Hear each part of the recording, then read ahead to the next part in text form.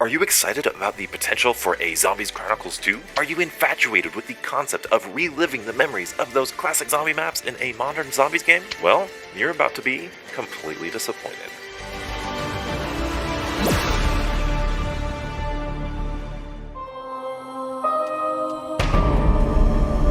Don't get me wrong, I would absolutely love a Zombies Chronicles 2, and if it's gonna happen, I ain't complaining. But I just see so many critical issues that I don't think the developers are gonna have the right solution to. Let's start with the basic one. Which game do you release it for? The whole concept of Zombies Chronicles is to faithfully recreate those old zombie experiences. That's something that the original Zombies Chronicles was so praised over, was how it didn't change all that much from the original maps. It just modernized it into Black Ops 3. If Zombie Chronicles 2 were to be implemented in Black Ops 4 or Cold War or even Vanguard, that authenticity, that faithfulness would be shattered. Imagine playing Mob of the Dead, one of the most atmospheric and immersive zombie experiences ever in Cold War's mechanics. The compass, minimap, damage indicators, salvage, and equipment littering the floor. It would ruin and betray the experience of Mob of the Dead. Basically, the entire zombies mode has changed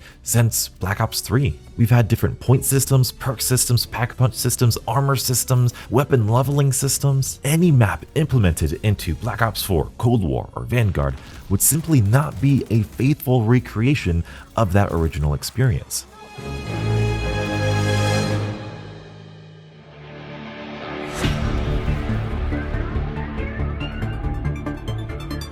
Alright, since you can't use any of those games, it seems we only have one obvious solution.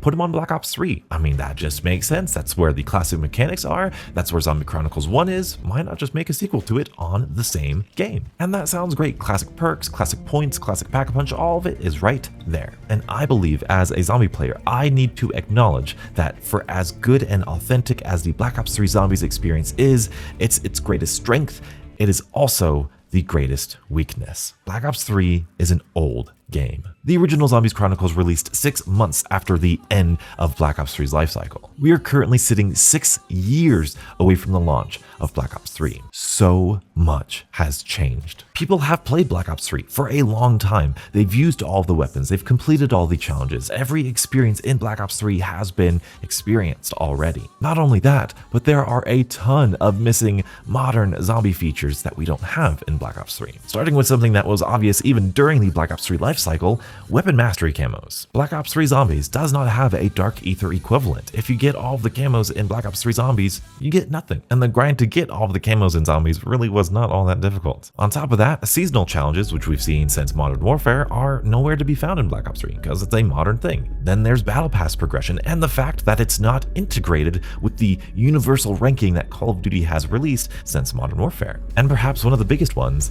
crossplay. Crossplay is a modern feature that Black Ops 3 does not have. In order to retain the authenticity of these maps, Zombie Chronicles 2 has to be on Black Ops 3, but doing so would be incredibly boring. This may be controversial to say, but I'm bored with old zombies. I'm bored with the old perk system, I'm bored with the old pack-a-punch system, I'm bored with the shield, I'm bored with the unlimited zombie health. I like field upgrades. I like equipment that is actually useful. I like having a zombie health cap. I like the weapon leveling system. I like the salvage system. I love the creative class, and I really like the gunsmith. There are so many improvements that Treyarch has made to zombies over the years that I can't imagine a reality where Zombies Chronicles 2 is anywhere near as successful as its predecessor. So outside of what game do you even put it on, because who knows, do players even want to play these maps? Like, do you know what maps are in here? Yes, I guess most of them are good. Mob of the Dead, Call of the Dead, Buried Nuketown, all really well praised. Then you got Transit and Die Rise, which you gotta ask,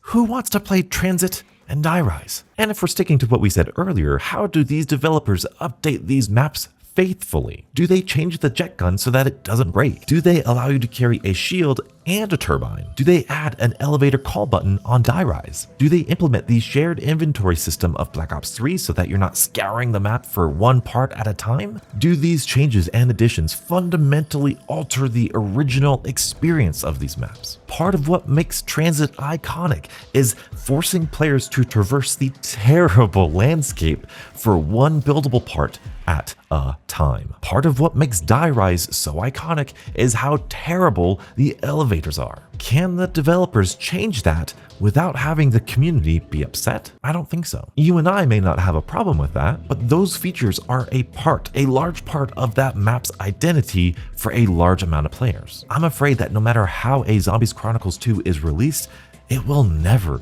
be met with the universal praise that its predecessor was. It will either be implemented into Black Ops 3 with those old classic systems and be considered too boring to be worth replaying, or it will be implemented into a modern game and therefore not authentic to the original experience. I may not have the answers as to what could save Zombie Chronicles 2 from the lethargic state that it's currently in, but I do have a pretty good idea of what could save Vanguard Zombies, and believe me, it's not what you think. Check that out and stay beautiful.